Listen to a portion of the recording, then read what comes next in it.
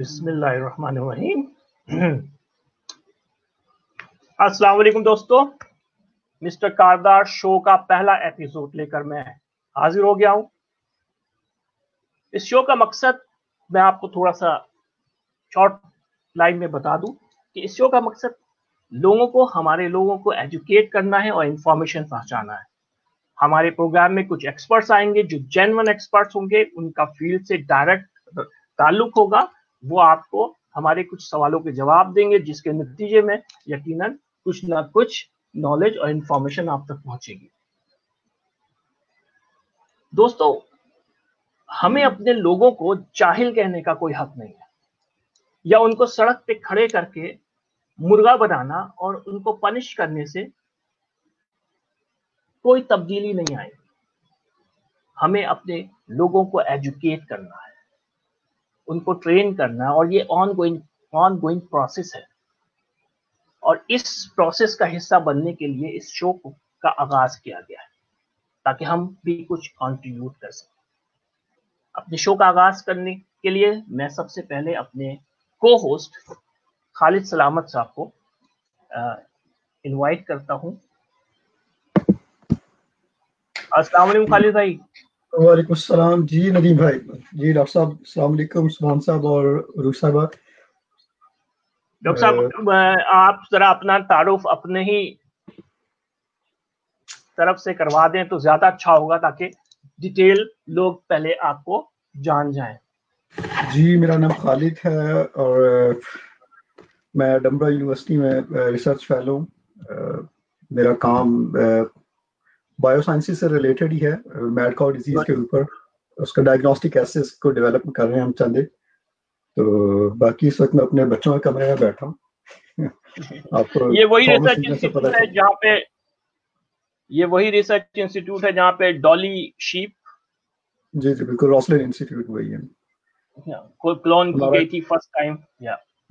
Rosslyn institute famous है bioscience, animal sciences से related research के हवाले से। तो गुड। तो व्यूअर्स, डॉक्टर खालिद मेरे इस प्रोग्राम के को होस्ट भी हैं, और इस प्रोग्राम को आगे बढ़ाने के लिए यकीनन मेरी मदद करेंगे। हम अपने फर्स्ट गेस्ट को इनवाइट करते हैं, क्योंकि हमारे पास वक्त की कमी है। हम 30 मिनट्स में अराउंड हम ये शो को खत्म करना चाहेंगे। इससे पहले मैं ये बता दूं कि इस वीडियो पे कमेंट करने के लिए और उस पर फीडबैक के लिए हम बिल्कुल रेडी हैं, और हम इसको बहुत खुशदिली से कबूल करेंगे। और हम कोशिश करेंगे कि आपके क्वेश्चंस को इस लाइव सेक्शन में ऐड करें। अगर हमसे ये नहीं हो सका, क्योंकि बहुत छोटा दौरानिया है, हम अपने मेहमानों से गुजारिश करेंगे कि वो आपके क्वेश्चन को पोस्ट पे ही रिप्लाई कर दें। सबसे पहले मैं दावत देता हूँ डॉक्टर अब्दुल सबान। डॉक्टर साहब अस्सलाम वालेकुम। डॉक्टर अब्दुल सबान कराची यूनिवर्सिटी में डिपार्टमेंट ऑफ माइक्रोबायोलॉजी में एसोसिएट प्रोफेसर हैं। 23 इयर्स से का एक्सपीरियंस है। यूनिवर्सिटी ऑफ सरे से इन्होंने पीएचडी किया है, और ये वायरोलॉजिस्ट है। और जहां तक मुझे अंदाजा है या मेरी मालूमात है, पाकिस्तान में उंगलियों पे गिन लें आप 2, 3, 4 वायरोलॉजिस्ट मौजूद हैं। और हमारी खुशकिस्मती है कि हमारी इन तक रसाई है। मैं इनको प्यार से वायरस का पापा जी कहता हूँ। तो सुभान भाई, आपका मुंडा बिगड़ गया है। हम आपसे पूछेंगे उसके बारे में कि इससे को कैसे काबू किया जाए, ये क्या चीज है। हमारी अगली मेहमान डॉक्टर उरूज रियाज, ये वो इस तबके से ताल्लुक रखते हैं इस वक्त जो हमारे मुल्क में तमाम डॉक्टर्स अपनी जानों की बलि चढ़ाकर जो अपनी कौम को, अपने लोगों की हिफाजत के लिए अपने सर तन और मन की जोर लगाए हुए हैं। डॉक्टर साहब जो हैं Jinnah medical and dental college में पढ़ाती हैं, और कंसल्टेंट फिजिशियन है Aga Khan university hospital and Fatima hospital. जी अस्सलाम वालेकुम। एंड फातिमा हॉस्पिटल जी वालेकुम अस्सलाम। डॉक्टर साहब, आप सबका बहुत शुक्रिया हमारे प्रोग्राम में ज्वाइन करने के लिए। जी, हम क्वेश्चन का आगाज करते हैं डॉक्टर अब्दुल सबान से, अगर इजाजत दीजिए। डॉक्टर साहब हमारे सीनियर हैं। जी प्लीज। बिल्कुल sure. Please. Thank you. Doctor साहब, क्या है ये corona what is this? Corona और फ्लू में क्या फर्क है, और ये कोरोना इतना डेडली क्यों है? जी बहुत शुक्रिया नदीम। इसमें असल में आपने एक सवाल में 2-3 सवाल मर्ज कर दिए। पहले तो कि कोरोना और जो नॉर्मल फ्लू है बहुत डिफरेंट चीज़ें हैं, और 2 डिफरेंट अलग अलग वायरसेस हैं जो ये कॉज कर सकते हैं, ठीक है। और कोरोना इस टाइप का जो वायरस है ये पहली दफ़ा नहीं हुआ, बल्कि ये बहुत पुरानी हिस्ट्री है कि कोरोना की काफ़ी सारी स्पीशीज एग्जिस्ट करती हैं, जिसमें कुछ अल्फा ग्रुप के हैं, कुछ बीटा ग्रुप के हैं, और इसके रिसेंटली जो बहुत कॉमन इन्फेक्शन जो बहुत वेल नोन है उसमें एक मार्स है जो मिडिल ईस्ट रेस्पिरेटरी सिंड्रोम के नाम से हुआ, जो 2012 के अंदर जो है वो बहुत ज़्यादा एग्जिबिट हुआ, ठीक है। और उससे पहले एक और था सार्स जो 2002 में हुआ था। तो ये वायरसेस हर 8 साल 10 साल के बाद कोई ना कोई वेरिएशंस के साथ अपना एग्जिबिट करते हैं शो, और दैट कॉजेज द इन्फेक्शन। ये दोनों जो कोरोना वायरसेस हैं, चाहे वो सार्स हो, वो मर्स हो, या जो इस वक्त नोवेल कोरोना वायरस जिसको हम कोविड कहते हैं, they are basically a zoonotic type of disease. Zoonotic disease का मतलब ये होता है कि जो डिजीज एनिमल्स के थ्रू ह्यूमंस में ट्रांसमिट होती है। और इससे पहले वाले जो 2 वायरसेस हैं जिसमें मार्स और सार्स की बात करते हैं, इसके लिए भी कहा जाता है कि जो मार्स है वो कैमल्स उसका जो बेसिक होस्ट था जिससे ही ट्रांसमिट हुआ। इसी तरह से सार्स में कहा जाता है कि जो बैट्स है उसके थ्रू ट्रांसमिट हुआ, और इस दफ़ा जो नोवेल कोरोना वायरस है इसके लिए भी कहा जाता है कि ये बैट्स के थ्रू ट्रांसमिट हुआ है। तो ये जो वायरसेस है कोरोना वायरसेस, इसकी जो सिम्टम्स है या साइंस है वो रेस्पिरेटरी सिंड्रोम्स कॉज कर रहा है। और ये जो प्रीवियस हिस्ट्रीज हैं ये शो करती हैं कि जैसे ना तो ये पहला वायरस है जो इस फैमिली से एग्जिबिट हो रहा है, और ना ये लास्ट वायरस है।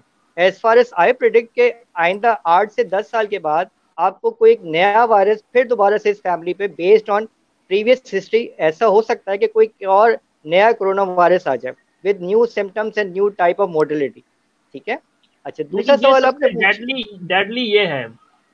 जी मैं उस पर एड्रेस कर रहा हूँ। डेडली की बात ये होती है कि कितना ज्यादा इसकी सिवियरिटी है। डेडली वायरस मार्स भी था, उसका जो मोर्टेलिटी रेट था वो तकरीबन 35% था, लेकिन इसका जो मोर्टेलिटी रेट है वो अराउंड 1 to 2% या कुछ केसेस में 5% तक वेरी करता है। तो mortality rate is not that high, लेकिन इसकी कंटेजियस स्टेज ज्यादा है। कंटेजियस का मतलब ये होता है कि वो एक दूसरे से कितनी तेजी के साथ फैल सकता है। जैसे कि हमने शुरू में भी आपने बहुत सी जगहों पे ये देखा होगा कि 90% जो इसके जो इन्फेक्टेड इंडिविजुअल्स हैं या तो वो एसिम्प्टोमेटिक है या माइल्ड सिम्टम्स के साथ। 5 to 10% ऐसे होंगे जिसमें सिवियरिटी कॉज हो सकती है, जिसमें रेस्पिरेटरी फेलियर है, मेजर ऑर्गन्स का डैमेज है। तो ये इस तरह से डिजीज प्रोग्रेस करता है और ये ट्रांसमिट कर सकता है। अब क्योंकि ये वायरस भी इवॉल्व हुआ है फ्रॉम प्री एग्जिस्टिंग वायरसेस, तो ये कहना बहुत मुश्किल नहीं है कि आइंदा भी कोई ऐसी एपिसोड 2027-28 में हम लाइकली देख सकते हैं कि कोई होगा। गॉड फॉरबिडन कि ऐसा ना हो, बट द हिस्ट्री सेज कि इट इज लाइकली पॉसिबल कि ऐसा हो सकता है।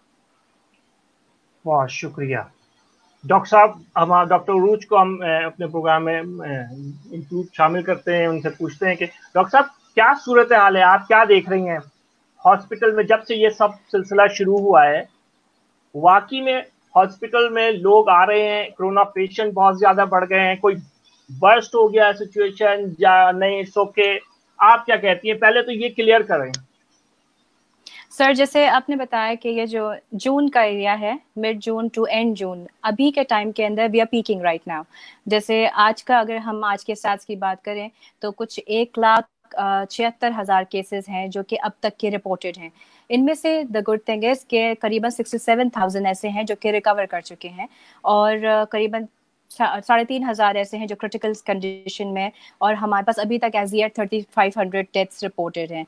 अगर हम आज के केसेस की बात करें तो हमारे पास आज 4,995 तकरीबन केसेस रिपोर्ट हुए हैं आज के फर्स्ट डे, एक दिन के अंदर, और 119 डेथ्स एक दिन के अंदर 119 डेथ्स रिपोर्टेड हैं। तो इस वक्त की अगर 2 हफ्ते की बात की जाए तो we are peaking right now. हम वो जो आजकल की लैंग्वेज में बात करें, वी आर ट्रेंडिंग। लेकिन आज के बाद मेरे ख्याल में जो मॉडल्स प्रेडिक्ट किए गए हैं, अगर तो हम बहुत अच्छी कोई मास कैंपेन्स, कोई बहुत अच्छे से स्ट्रिक्ट लॉकडाउन, सिर्फ ज़रूरत के तहत निकलना, सिर्फ जिनको ऑफिस जाना है ऑफिस की हद तक ही जाना है, अगर मार्केट्स और ये सब चीज़ें हम बंद रखते हैं तो शायद हम आगे अगले 2 हफ्ते के अंदर इसको थोड़ा प्लाटू कर पाएँ और फिर हम थोड़ा सा नीचे कर पाए। ये इस वक्त के 2-3 हफ्ते डिसाइड करेंगे कि हम आगे जाके किस तरह से इसको जो है वो कॉम्बैट कर सकते हैं। हमारे पास वो हेल्थ रिसोर्सेज, वो सारी चीजें नहीं है जो कि वेस्टर्न वर्ल्ड के पास है। हमें इन्हीं लिमिटेड रिसोर्सेज के साथ काम करना है। तो इन लिमिटेड रिसोर्सेज को हम फौरन से एग्जॉस्ट कर दें या फिर हम इसको गाहे बगाहे इस्तेमाल करते रहें, ये हम पे डिपेंड करता है। मतलब आपका कहना है कि अभी स्लो है लेकिन हालात खराब की तरफ ही जा रहे हैं, खराब की तरफ ही जा रहे हैं। ये अगले जो 2 हफ्ते हैं, इन 2 हफ्तों के अंदर हम पीक करेंगे। हमारे पास मैक्सिमम केसेस दिन में रिपोर्ट होंगे, खुदा न करे मैक्सिमम डेथ्स रिपोर्ट होंगी। ये वाली चीजें, ये वाला टाइम जो है इस वक्त अगर मैं वैसे यूजुअली बात करूं, पूरी फैमिलीज जो है वो अफेक्ट होके आ रही हैं। अच्छी बात ये है कि वो ज्यादातर माइल्ड टू मॉडरेट सिम्टम्स में है, ज्यादातर एसिम्टोमेटिक कैरियर्स हैं, ये अच्छी बात है। लेकिन हमारे पास अभी भी जो अटैक रेट है और जो फैटेलिटी रेशो है वो 2% का है। 2% is a big lot for this kind of a population जिसके पास उसको केटर करने के लिए हेल्थ रिसोर्सेज नहीं है।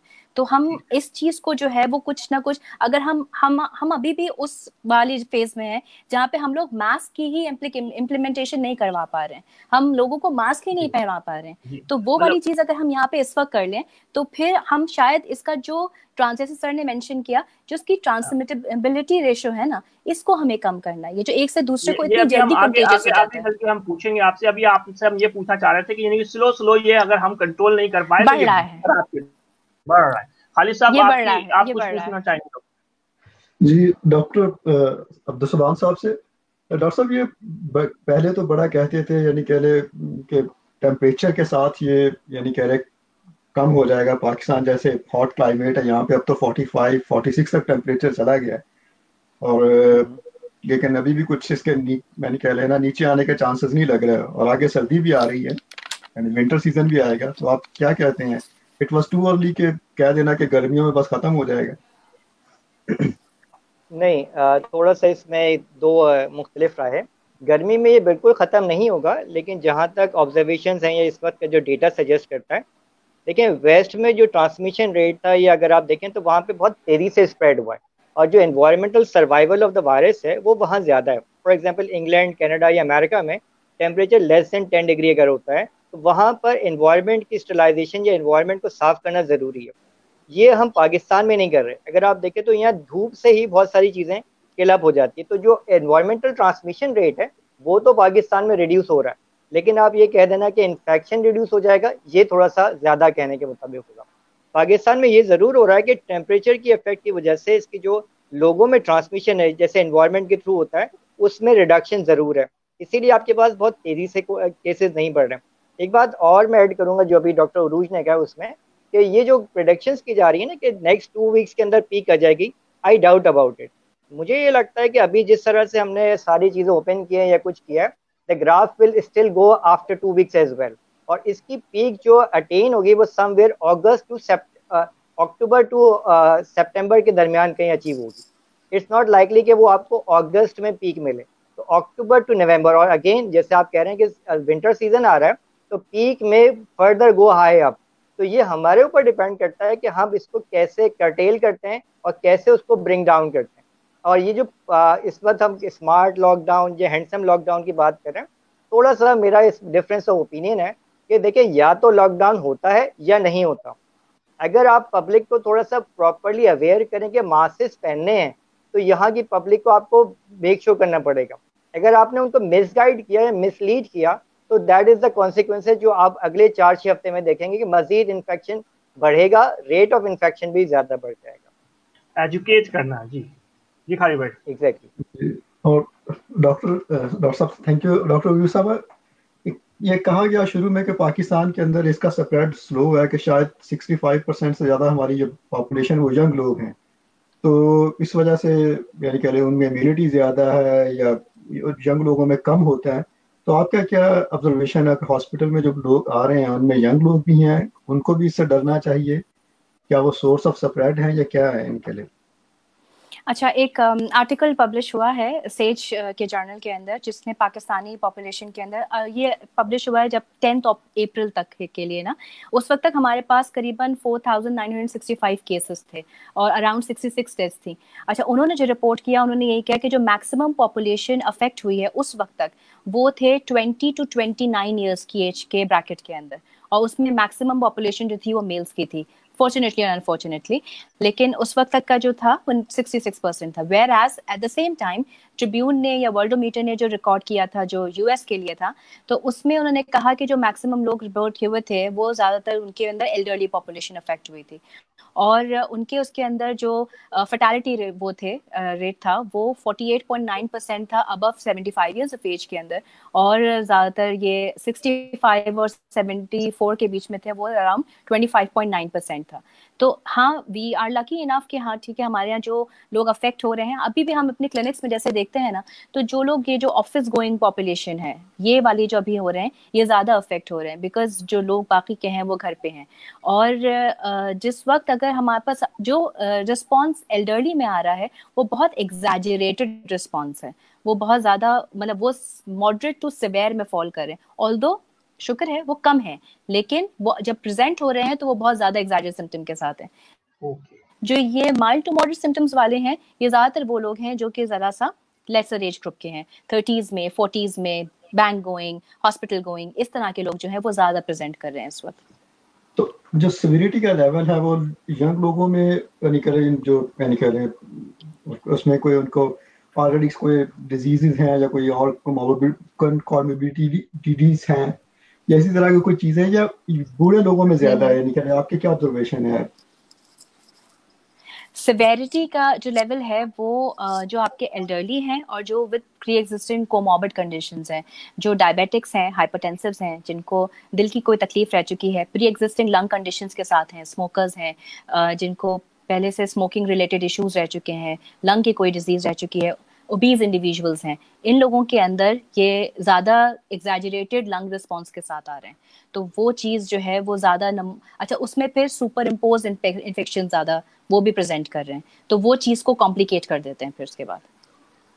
ठीक ठीक क्लियर। डॉक्टर साहब, ये जो कुछ एक्सपर्ट्स ने कह दिया जी ये वायरस जो है वो बदल गया है, वायरस म्यूटेट हो गया है, हम तक पहुंचते पहुंचते जो वायरस है वो उसकी स्ट्रेन जो है वो कमजोर हो गई है, तो इस तरह की जो बातें, मैं उनको एक्सपर्ट तो नहीं कहूंगा क्योंकि मेरे लिए तो एक्सपर्ट आप हैं, और पाकिस्तान में तो आप जैसे जो जो वायरस एक्सपर्ट हैं वो गिनतियों पे हैं, तो वो जो सो कॉल्ड एक्सपर्ट हैं उन्होंने ये बात कही है, वो भी रिस्पेक्टेबल लोग हैं एक्चुअली, लेकिन उनका डायरेक्ट माइक्रोबायोलॉजी या वायरोलॉजी से कोई ताल्लुक नहीं है, तो इसके बारे में आप क्या कहते हैं?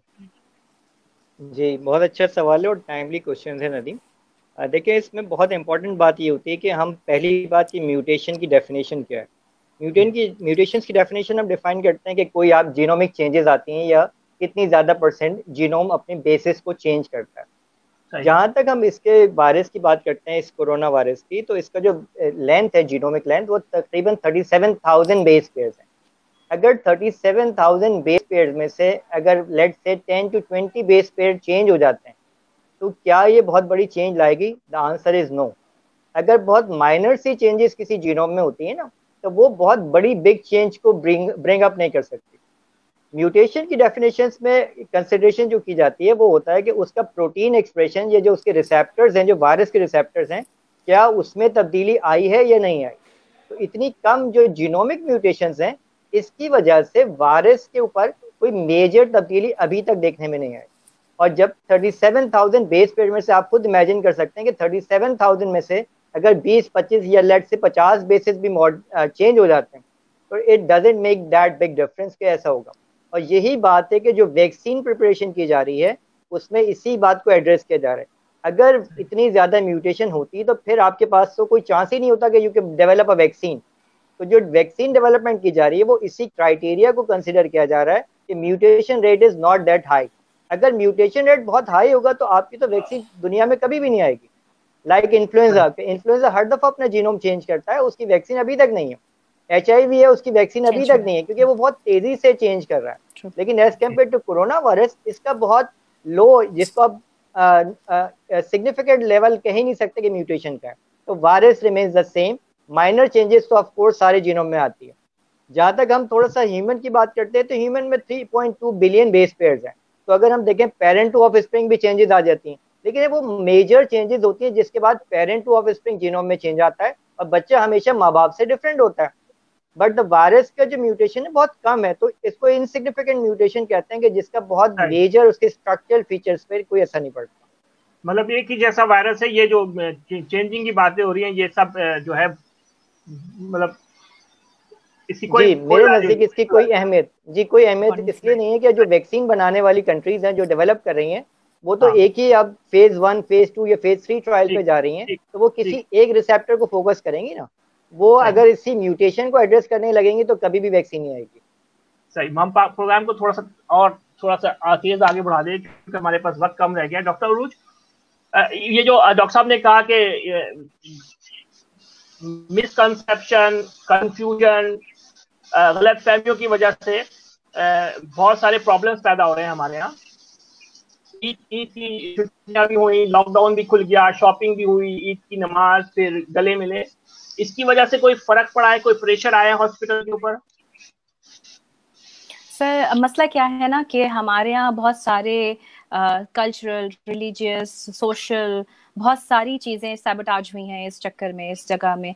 हमारे यहाँ अनफॉर्चुनेटली मीडिया से, व्हाट्सएप ग्रुप से, फेसबुक पेजेस से और बहुत सारी जगहों से इंफॉर्मेशन लेना और फिर उसको इम्प्लीमेंट करना ज़्यादा बेहतर समझा जाता है बनस्बत इसके कि ऑथेंटिक चीज़ों को लोग रिसर्चेस पढ़ते नहीं, लोग रिसर्चेस करते नहीं, तो वो जो भी इंफॉर्मेशन जहाँ से मिल जाएगी वो उसको आगे प्रोपोगेट करने की कोशिश करेंगे, फिर एक अलग किस्म का ब्लेम गेम स्टार्ट हो जाता है। मेरे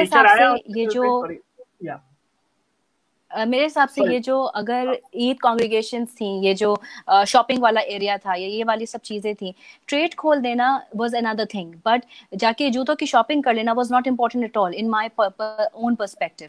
अगर जाके हम कुछ चीजों को जैसे सर ने मेंशन किया, ये स्मार्ट लॉकडाउन और ये वाली चीज, lockdown means lockdown, mask means a mask, ये जो नाक से नीचे करके मास्क पहनने की आदत है ये आज तक भी मेरी समझ में नहीं आई है। तो ये सब चीजें जो है ना, ये बेसलाइन से समझानी चाहिए थी, किसी को बताना चाहिए था कि देखिए मास्क का मतलब है ये फैलेगा कहाँ से, आंख से, नाक से, मुंह से, तो इसको यहाँ से ऐसे करके कवर करना है, मुस्तकिल आंख के अंदर, मुंह के अंदर हाथ नहीं लगाना है, ये सारी चीजें बतानी चाहिए थी। हमने अवाम को लगा दिया कि जी ये डॉक्टर्स का प्रोपेगेंडा है या ये हुकूमत सिंध बलूचिस्तान से फाइट कर रहा है, मतलब this is a havoc we are fighting at. तो यहाँ पे वो जो है ना, पाकिस्तान में हम एक अलग जंग नहीं लड़ रहे हैं, तो अगर हमने वहां पे शायद कुछ स्ट्रिक्ट किस्म की चीजें की होती, कुछ एक स्ट्रैटेजी होती, तो इस वक्त हमें कोई डिफरेंट पिक्चर मिल रही होती, इस वक्त हमारे पर इतना बर्डन नहीं होता। ईद के फौरन बाद एक मतलब इस वक्त वो सिचुएशन है पाकिस्तान में या कराची में जहां मैं प्रैक्टिस कर रही हूँ कि अगर कोई माइल्ड टू मॉडरेट सिम्टम्स के साथ मेरे घर में भी है ना, तो मैं उससे कहूंगी कि ये चीजें घर में कर लो, अस्पताल लेके मत आना, क्योंकि मुझे पता है कि इसको अस्पताल में जगह नहीं मिलेगी। सिर्फ जो सिवियर केसेस हैं हमें उनके लिए उन रिसोर्सेज को रखना पड़ेगा, क्योंकि अगर हमने मॉडरेट से भरना शुरू कर दिया तो सिवियर कहाँ जाएंगे। तो ये वाली चीजें हमें जिस वक्त हमारे पास ये लॉकडाउन वाली थी ना, हमें ये उस वक्त सोचना चाहिए था। ये मास्क के पहनना कहाँ है, सर पे नहीं पहनना मास्क, मुंह पे पहनना है मास्क, ये वाली चीजें बतानी चाहिए थी। डॉक्टर साहब मेरा ख्याल वो जो लोग मुंह के ऊपर पहनते हैं ना, अगर वो मुंह बंद रखें तो वो शायद ज्यादा बेहतर रहेगा ना, क्योंकि उन्हीं की यानी कह लेना जो उन्होंने शुरू में किया है ना इस चीज को खराब करने में उनका बड़ा रोल। वो सबसे ज्यादा अच्छी चीज होती है कि क्लिनिक के अंदर जैसे आते हैं ना अंदर, बहुत ज्यादा जैसे क्लिनिक के अंदर आएंगे, क्लिनिक के अंदर आते ही पहला वो ये होता है कि मास्क नाक से नीचे हो जाता है कि वो डॉक्टर साहब फिर बात कैसे करें, तो मैं कहा बात तो आप मुंह से कर रहे हैं ना, मुझे आवाज आ रही है, मुझे इन सब चीजों के साथ भी आवाज आ रही है, आप बस बात करें, मास्क लगा के रखें। तो इसी से रिलेटेड सवाल है डॉक्टर अब्दुल साहब कि ये यानी मास्क एक रुकावट है ना आपके और दूसरे बंदे के दरमियान, तो इसके लिए क्या जरूरी है कि ये कोई N95 सर्जिकल मास्क हो या रुकावट किसी भी किस्म की हो सकती है? इम्पोर्टेंट क्वेश्चन है। नहीं लेकिन बहुत इम्पोर्टेंट क्वेश्चन है। अच्छा ये बहुत अच्छा सवाल है आपका। हाँ सर। हाँ जी डॉक्टर साहब। हाँ सर आप प्लीज आप। हाँ जी, इसमें सर्जिकल जो N95 मास्क है मेरे ख्याल है वो तो सिर्फ मेडिकल डॉक्टर्स के लिए जरूरी है कि उनको वेयर अप करना चाहिए। ज्यादातर लोगों को नॉर्मल जो सर्जिकल मास्क हैं वो इस्तेमाल कर सकते हैं, और इसके अलावा क्योंकि पाकिस्तान में इसकी भी शॉर्टेज हो गई है, आप आए दिनों ये पता चलता है कि ये मास्क भी नहीं, तो मेरी सजेशन ये होगी जो नॉर्मल पब्लिक है वो एक नॉर्मल मास्क जो आपके पास एक कपड़े वाला मास्क होता है, मुझे अंदाजा था कि इस टाइप के सवाल होंगे, तो I kept this mask, let me show you. ये वाला जो मास्क होता है ना जो ऑर्डिनरी आपको मिल जाता है, इसके अंदर अगर आप एक प्रॉपर टिश्यू को फोल्ड करके रख लें, नॉर्मल टिश्यू को अगर आप 2 फोल्ड करके इसमें पहन लें, तो तो it will be more effective कि ये एटलीस्ट आपको वायरसेस से बचा सकता है। उसके बाद आप इस टिश्यू को डिस्कार्ड। एक सप्लीमेंट क्वेश्चन, क्या ये मास्क हमें सड़क पे से खरीद लेना चाहिए जो यहाँ पे गलियों में बेच रहे हैं या रोड पे बेच रहे हैं? घर में खुद नहीं, भी बना सकते हैं। घर में खुद बना सकते हैं, वो ज्यादा बेहतर है। ये वॉशेबल होता है, इवन अगर आपने खरीद भी लिया है तो इसको वॉश कर सकते हैं, वॉश करके आप यूज कर सकते हैं। अभी उसके बाद आप टिश्यू को डिस्कार्ड कर सकते हैं और इसके बाद इस मास्क को आप वॉश करके रीयूज कर सकते हैं। प्लस एक और काम हो सकता है कि अगर आप कोई भी आपके पास परफ्यूम है, बॉडी स्प्रे है, अगर आप बहुत इफेक्टिवली इस मास्क पे स्प्रे करके आधे घंटे के लिए इसको क्लोज कर देंगे ना, तो दैट विल बी इफेक्टिव कि इसके ऊपर से अगर वायरस लगा हुआ है तो दैट विल बी इनएक्टिवेटेड। तो ये जनरल पब्लिक ये common mask along with tissue अगर इस्तेमाल करेगी तो वो ज्यादा इफेक्टिव है, बजाय इसके कि आप N95 या सर्जिकल मास्क के पीछे दौड़ते रहें। सही सर, मैं इसमें एक पॉइंट ऐड करूंगी, ये जो N95 और सर्ज की शॉर्टेज हो गई ना, N95 डिजाइन है उन लोगों के लिए जो स्पेसिफिकली कोविड पेशेंट्स देख रहे हैं, ठीक है। सर्जिकल मास्क ठीक है, हेल्थ केयर वर्कर्स हो गए, इन लोग के लिए आप अगर रिजर्व कर दें। सर ने बहुत अच्छी चीज मेंशन की, to place a tissue paper inside.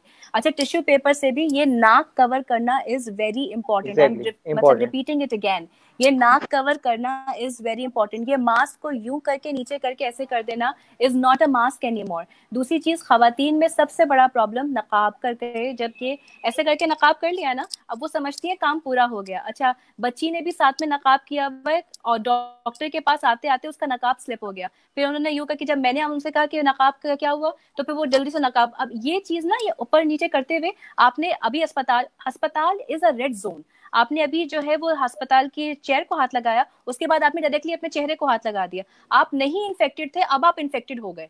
तो ये चीजें हमें सिखानी है इनको बेसिकली। जी बिल्कुल, यानी कि वो हाथों के ऊपर ग्लव्स पहनने से कोई फायदा नहीं है जब तक आप अपने चेहरे और नाक को यानी कह ले हाथ लगाने से नहीं बचेंगे।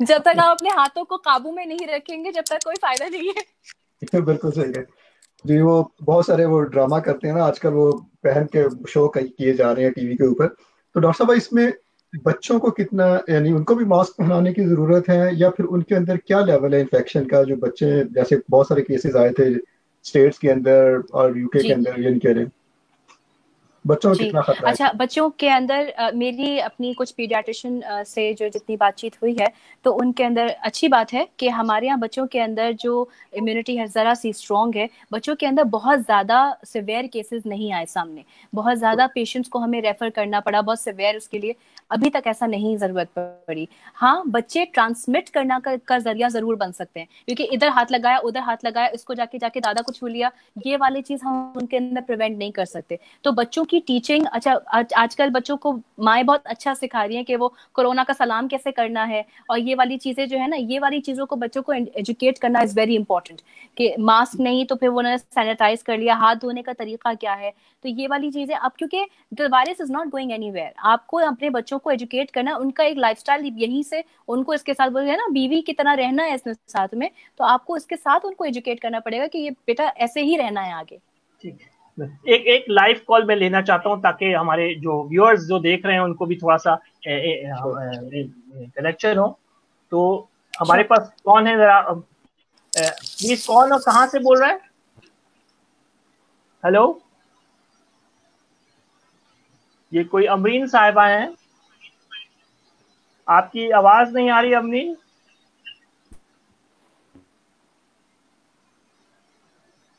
अमरीन, आपकी आवाज नहीं आ रही है।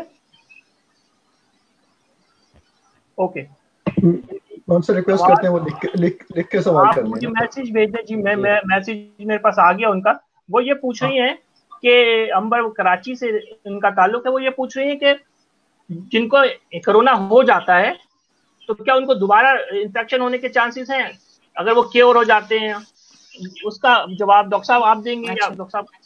जी कितने चांसेस हैं? देखिए अभी तक की जो स्टडीज हैं इसमें कोई री इन्फेक्शन का जो है वो स्टेटस नहीं है, यानी once the patient is cure कि उसमें दोबारा से कोई ऐसा नहीं देखा गया कि दोबारा उसको कोविड हो गया। हाँ, ये जरूर है कि वायरस की पॉजिटिविटी या PCR पॉजिटिव रिएक्शन तो आ सकता है, लेकिन उसको दोबारा से क्लिनिकल सिम्टम्स या उसको डिजीज स्टेट आने के बहुत रेयर चांसेस है।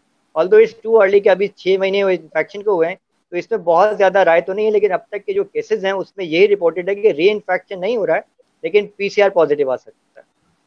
तो इसमें डॉक्टर साहब जो बार-बार जाके जी सॉरी, आप बात करें। नहीं, बार बार टेस्ट नहीं, एक आध चाइना के अंदर जो है वो 1 या 2 री इन्फेक्शन के चांसेस उन्होंने बताए हैं, तो उन्होंने कोई different strain of the same virus का जिक्र किया है, which is very minimal, 0.01 something करके परसेंटेज उन्होंने बताई है कि जिसके अंदर इट्स वेरी मिनिमल, और एक आध, हाँ, एक आधी कोई उन्होंने रिपोर्ट किया है। लास्ट 2 मिनट रह गए डॉक्टर खालिद साहब, मैं डॉक्टर साहब से एक क्वेश्चन करता हूँ, आप डॉक्टर रूज से क्वेश्चन, लास्ट क्वेश्चन कीजिए।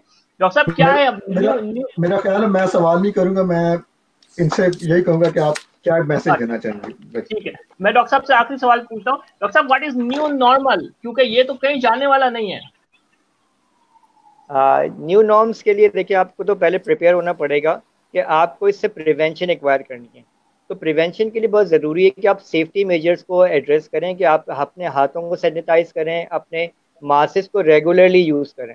यहाँ पे जिस तरह से मोबाइल कैरी करने का कॉन्सेप्ट है ना, तो इसी तरह से उनको मास्क कैरी करने का भी कॉन्सेप्ट होना चाहिए कि अपने साथ मास्क को एज अ मोबाइल समझ लें। और फिर जब तक आप ये प्रैक्टिस नहीं करेंगे, आप हमेशा बाहर निकल रहे, तो you have to carry a mask. Even अगर आपके कोई रिलेटिव मिलने आ रहा है, कोई सामने कोई घर वाला आता है, तो you need to have a mask on your self. अगर जब तक आप नहीं लगाएंगे तो दूसरे को आदत नहीं होगी कि वो मास्क यूज कर सके। और खास तौर पे बाहर जाते हुए किसी क्राउडेड एरिया में तो आपको मास्क डेफिनेटली होना चाहिए। डॉक्टर उरूज, आप कुछ ऐड करना चाहेंगे, कोई लास्ट मैसेज? लास्ट मैसेज, जैसे सर ने कहा, mask is very much necessity. इस वक्त सिर्फ अगर जरूरत के तहत बाहर जाना है तो बाहर जाना है, वरना you have to stay home. और दूसरी चीज एक ये है कि इस वक्त जो वर्ल्ड है ना, वो एक स्टैंड स्टिल पे है, तो ये वक्त अपने लिए यूज करें, अपना आपको हील करें, अपनी फैमिली से कनेक्ट हो, और सिर्फ इस वक्त अपने आप को जो है ना वो हील करने के और अपने आप को ऑर्गेनाइज करने की कोशिश करें। बस इस वक्त इस से बेहतर और अपनी मेंटल हेल्थ पे काम करने की कोशिश करें। जी लास्ट मैसेज, अगर आप जी लास्ट मैसेज में थोड़ा सा, जो एक हमारे पास एक नारा चल रहा है ना कि कोरोना से डरना नहीं लड़ना है, तो इसको थोड़ा सा अगर हम चेंज कर लें, ये बना लें कि कोरोना से बचना है और सबको बचाना है, तो शायद ये हमारा मोटिव ऑब्टेन हो जाएगा कि हम लोगों को बचा सकते हैं। फिर लड़ाई के लिए तो फिर आप दोनों बातों के लिए तैयार हैं, या तो आप जीतेंगे या हार जाएंगे, लेकिन बचना आपके लिए जरूरी है। सही कह रहे हैं आप, कुदरती आफत से हम लड़ भी नहीं सकते, हमें बचना है, एहतियात करना है। और जैसा कि आपने कहा कि हमें मास्क लाजमी लेना है, फिजिकल डिस्टेंसिंग करना है, और लेकिन सोशल कांटेक्ट, वर्चुअल कांटेक्ट हमें कायम रखना है, ताकि हम डिप्रेशन में ना जाएं, हम लोग फिजिकल डिस्टेंस रखें। बिल्कुल, फिजिकल डिस्टेंसिंग लाजमी है। हम बिना जरूरत घर से बाहर जाने की कोई जरूरत नहीं है, हाथ धोते रहें। आज का प्रोग्राम इसी पॉइंट पे, इसी नोट पे हम खत्म करते हैं। आप सबकी तशरीफ आवरी का बहुत शुक्रिया। Thank you very much doctor ROUGE and doctor सुभान एंड डॉक्टर खालिद सलामत। और प्लीज हम अपने मेहमानों से रिक्वेस्ट करते हैं कि जो पोस्ट पे हमारे दोस्तों ने क्वेश्चन किए हैं उनको प्लीज जरूर रिप्लाई कर दीजिए। Thank you very much. Thank you. अल्लाह हाफिज। Thank you. अल्लाह हाफिज।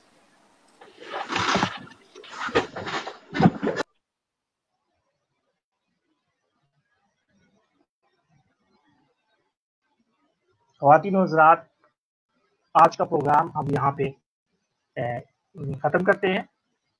आपके जो फीडबैक हमारे पास आएंगे, हम उनके मुताबिक आगे अपना प्रोग्राम को की टाइम को, ड्यूरेशन को बढ़ाना है या तो कम करना है, वो हम आपके फीडबैक को देखकर इसका तयन करेंगे। बहुत शुक्रिया, मुझे इजाज़त दीजिए। मिस्टर तारदार शो को हम दोबारा लेकर हाजिर होंगे नेक्स्ट संडे इसी टाइम। बहुत शुक्रिया, अल्लाह हाफिज।